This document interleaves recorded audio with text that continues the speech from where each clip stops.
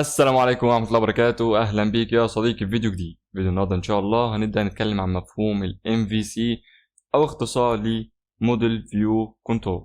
بدون كلام كتير يلا بينا. تعالى كده نعرف يعني إيه أصلا MVC الأول. بص يا صاحبي، ال MVC ده تصميم Architecture Pattern أو Structure بنستخدمه عشان ننظم كود المشروع بتاعنا ونسهل صيانته وتطويره في المستقبل. زي الفل كده احنا عرفنا فايدته وبيعمل إيه. تعالى بقى نشوف الأقسام ديت اللي هي ال MVC دي. اول قسم معانا وهو الموديل. تمام، وده مسؤول عن ايه؟ ده مسؤول مع التعامل مع قاعده البيانات. يعني ايه برضو؟ يعني يا باشا اي شغل في قاعده البيانات هتلاقيه جوه الموديل. ولنفترض مثلا تعال نطلع فوق كده السكيما دي، يعني مش دي قاعده بيانات نستخدم منجوز اهوت زي الفل، فدي تتحط فين؟ تتحط في الموديل. كلام جميل زي الفل. تاني حاجه معانا واللي هو الفيوز او فولدر الفيوز. ده بيبقى مسؤول عن ايه؟ ده بيبقى مسؤول عن الواجهة اللي المستخدم بيشوفها. ايه ده؟ واجهة؟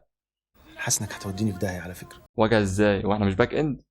تمام، احنا باك اند، بس عادي يعني انك تعمل واجهة.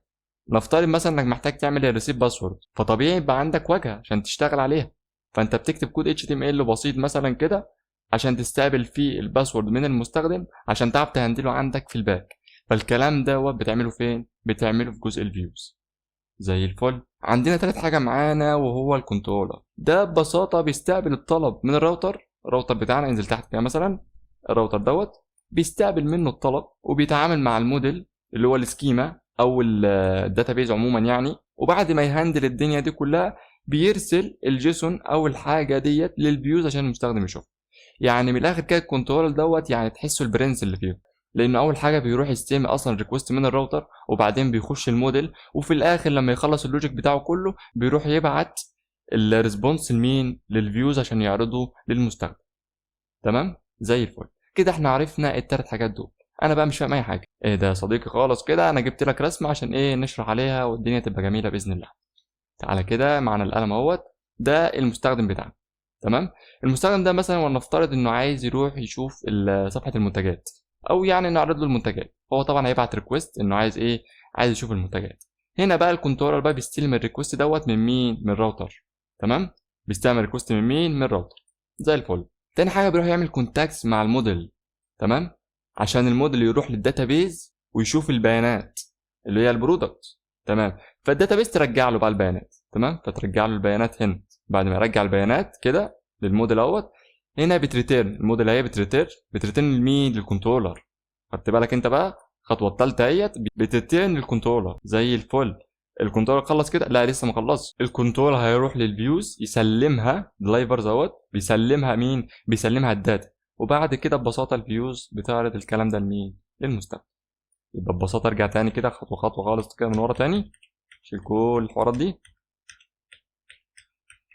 زي الفل. دلوقتي ده المستخدم بتاعك من البدايه خالص كده، عايز يجيب المنتجات بتاعته او عايز يشوف المنتجات، فبيبعت ريكوست. مين اللي بيستقبل ريكوست؟ الكنترولر. بيستقبله من مين طيب؟ بيستقبله من الراوتر.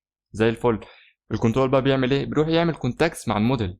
بيقول لها يا موديل انا محتاج اشوف البيانات. فالموديل بتروح تخش على الداتابيز. عندي بيانات، ايوه عندي بيانات. فترجع تاني كده زي الشطره كده. بتروح فين؟ بتروح تريتيرن الكلام ده للكنترولر، لان هو اللي قال لها من الاول ان انا عايز اشوف البيانات. زي الفل. كده البيانات مع مين دلوقتي؟ بيانات مع الكنترول. كده هو خلص؟ لا لسه ما خلص. محتاج بقى يوصل او يسلم البيانات دي للفيوز. تمام. عشان الفيوز بعد كده بخطوتها الاخيره هتروح تسلم او توري البيانات ديت لصاحبنا اليوزر. ده ببساطه الام في سي. عايزين بقى نطبق الكلام ده في الكود عندنا. احنا اتكلمنا كتير، عايزين نظبط بقى الكلام ده عندنا. فتعالى كده في اس كود وتعالى نشوف هنهدد الدنيا دي ازاي. اول حاجه زي ما احنا ما قلنا، احنا عايزين نعمل الفولدرات الاول. اول حاجه عندنا الموديل. تعالى بس نعمل زوم كده عشان الدنيا تبقى واضحه كويس كده. عندنا كمان الكنترولر. خلي كنترولر. وعندنا كمان الفيوز. وطبعا دي خلاها موديلز بقى عشان هي ما جامعة كمان. زي الفل. تعالى بقى واحده واحده كده ونشوف هنعمل ايه. دلوقتي دي سكيما خاصه بمين؟ باليوزرز. فاحنا عايزين نعمل ايه؟ نعمل كده فايل نقول له ايه؟ يوزر دوت سكيما دوت جي اس.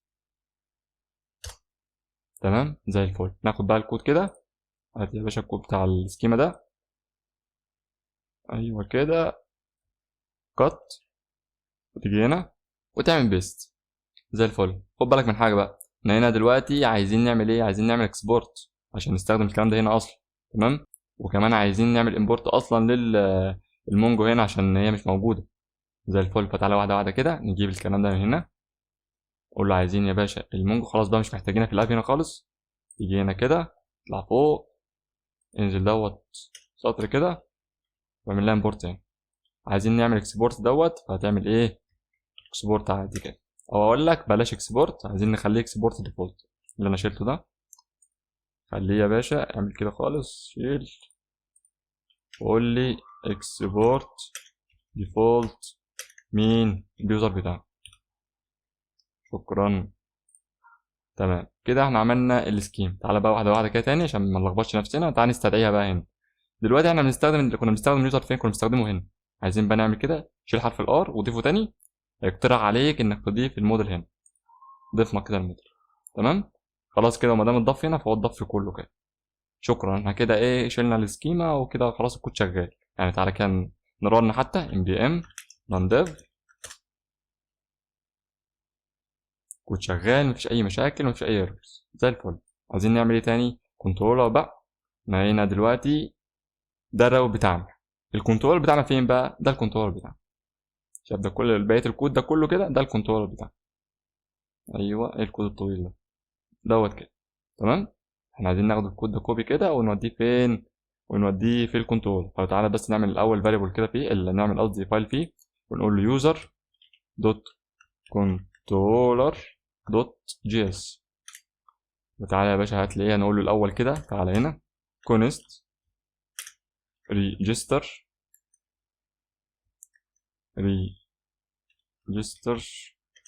equal async، تمام. هنا request طبعا فوقك من دوت، والريسبونس، و تعالى يا باشا الارو فانكشن. وتعالى بقى ارجع لنا تاني. دلوقتي زي ما انت شايف اهوت احنا عملنا كل دول، تمام. احنا محتاجين بس كود. هتجيب لي الكود كله كده، اول هنا كده، لا فوق فوق كمان. شكرا. اقفل ده بقى كده زي الفل. تعالى بقى نضيفه هنا، تمام. كده احنا عملنا بتاع الريجستر، فاضل بتاع اللوجن. فهات لي يا باشا بتاع اللوجن برضو كمان. تقول كده كات، جيلي هنا في اليوزر كنترولر هنا كده، تقول لي هنا ايه؟ كونست لوجن equal async request response الار فانكشن. وتضيف لي يا باشا اللوجيك بتاعك. كده عملنا اللوجن، فاضل بقى اللوج اوت. اللوج اوت مفيش اسهل منه، ايه ده كله. تعالى بقى هنا كده وقول لي هنا ايه؟ كونست لوج اوت، وقول لي يا باشا async request response، واللي افتح الار فانكشن، وضيف يا باشا الكود ده زي الفل كده. تعالى بقى هنا شيل لي بقى كل الكلام دوت، مش محتاجين ده. يا سلام على الراحة النفسية. شيل ده كده كمان، شيل دول. متخيل؟ كانوا 100 وحاجة سطر، بقى 22 سطر. ده احنا كمان لسه هنشيل ده دلوقتي. بس تعالى ايه، تعالى نعمل نستدعي بقى الحاجات هنا. هنا في الكنترول في حاجات هنا كتبناها مش مستخدمينها، زي مثلا بيكريبت مش مستخدمينها هنا، عايزين نعملها امبورت. تعالى نعمل امبورت بيكريبت زي الفل. ايه تاني؟ هنا اليوزر برضو مستخدمين اليوزر هنا، هنعمل له امبورت برضو زي الفل. وايه تاني؟ احنا دلوقتي استخدمنا الجي دبليو تي، عملها امبورت جيسون ويب توكن. امبورت جي دبليو تي فروم جيسون ويب توكن. جميل وزي الفل. سيف علينا في الاب. بص بقى، احنا دلوقتي محتاجين نعمل ايه؟ محتاجين نمرر الكنترول ده هنا، تمام. دلوقتي احنا لسه ما عملناش اصلا اكسبورت ليه، حتى تلاقي بص اللون حتى باهت كده انك ما عملتش اصلا اكسبورت. فهنعمل لهم اكسبورت ازاي؟ تعمل لك اكتب لنا اكسبورت، شكرا، اكتب لي بقى في كل واحد اكسبورت. ننزل بقى تاني، لا مش دوت، انا خدت الكود كله اصلا، ده كوبي، ضيفها هنا، ننزل برضه في اللوج اوت وضيفها هنا، سيف. تعالى في الاد، هتعمل ايه بقى هنا؟ اعمل لي قامه وتكتب لي هنا ايه؟ ريجستر، شكرا شكرا. أنا ده بقى اللوجيك كله موجود هنا، وهنا هتكتب لي اللوج، وهنا هتكتب لي اللوج اوت، زي الفل. ايه رايك بقى في الراحه النفسيه دي؟ زي الفل. تعالى بقى ننقل الكلام دوت، تعالى ننقله في فايل حتى كده لوحده، ناخده كات كده. دلوقتي زي ما انا بتقول طبعا هنخش جوه فولدر الموديل دوت ونضيف الكلام ده. لا مش هنخش جوه فولدر الموديل اصلا، احنا هنعمل ايه؟ هنعمل فولدر بره كده اسمه config. هلا ايه config ده كمان؟ بص ببساطه دوت ده خاص باعدادات الاتصال. يعني ايه خاص باعدادات الاتصال؟ يعني بتصل بالداتابيز، مثلا بتشتغل بحاجه اسمها كلوديناري بتاعت الصور مثلا، تعمل لها كونكت، فطبعا هتضيف كل الكلام ده في الكونفيج يعني، لان ده تبع الاتصال. فاحنا هنا مش هنخش في الموديل، الموديل ده خاصه مثلا بالسكيما والحاجات دي، لكن اتصال الداتابيز والحاجات ديت فمثلا تحطها في الفولدر الخاص بالاتصالات وكده، اللي هو مثلا الكونفيج ده.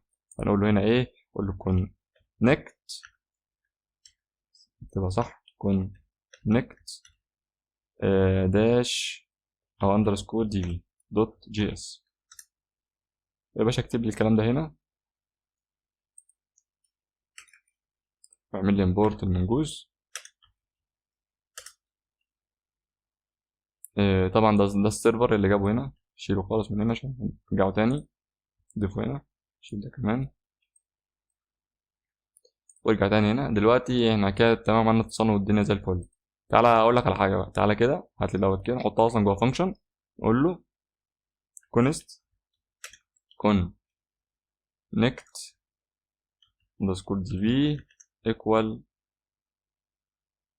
ار فانكشن بتاعتنا، وضيف ده جواها، واعمل لي ايه؟ اكسبورت ديفولت للفانكشن دي، اكسبورت ديفولت للكونكت دي في، وسيب. تعالى بقى هنا كده اعمل لها امبورت بقى في المكان ده، اللي هنا كونكت دي في والفانكشن بتاعتها. تمام. تعالى بقى نسيب كده نشوف في مشاكل ولا لا. السيرفر شغال اهوت، سيب. هنا جاب ايرور، تعالى بقى نشوف ايه الايرور بقى اللي ظهر ده. ده ببساطة عشان انا مش كاتب هنا المفروض هنا يكون ده امتداد في الاخر دوت جي اس. سيب. نفس النظام برضو هنا في الدي بي دوت جي اس.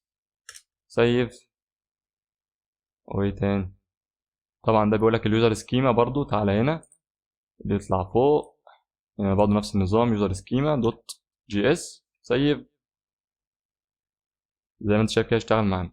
طبعا انت لما بتعمل اوتو امبورت على طول مثلا، يعني كده شيل ده تاني كده، قول له امبورت يوزر، اضغط انتر، هنا مش بيضيف لك الامتداد، فانت ايه بيطلع لك المشكله دي. بسيف تاني كده هتلاقي يطلع لك المشكله، فانت ايه بتروح كده تقول له دوت الامتداد بتاعك.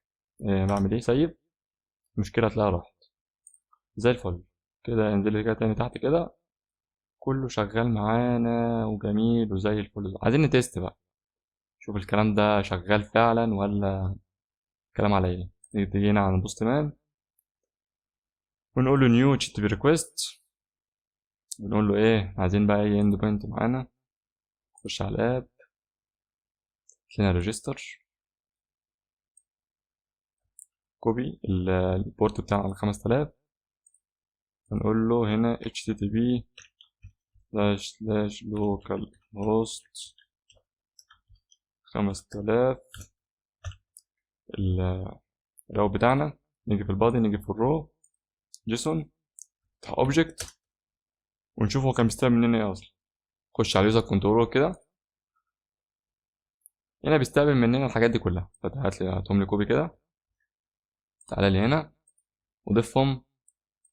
وايه تعالى بقى نكتب اول حاجه معانا دوت محمد، كمان معانا الايدج 19، وكمان معانا الايميل، يعني عايزين طبعا ايميل مبقاش موجود، يعني مثلا اي حاجة اهوت at gmail.com، وانزل تحت الجندر يبقى بميل، واخيرا الباسورد من 1 ل 9. تعالى اعمل مثلا، عايزين نعمل سيف كده ولا اي حاجة طيب عشان يعدل الكلام ده. طب ما علينا، يعني اعمل سند.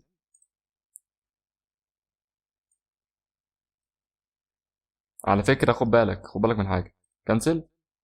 طبعا النت عندي ضعيف اصلا زي ما انت شايف، ومش هيشتغل اصلا، وكمان احنا عاملين حاجة غلط، احنا عاملين على جيت، يعني المفروض على بوست. فتعالى كده نروح على بوست مان عشان النت بس عندي ضعيف شوية. تعالى هنا على بوست مان،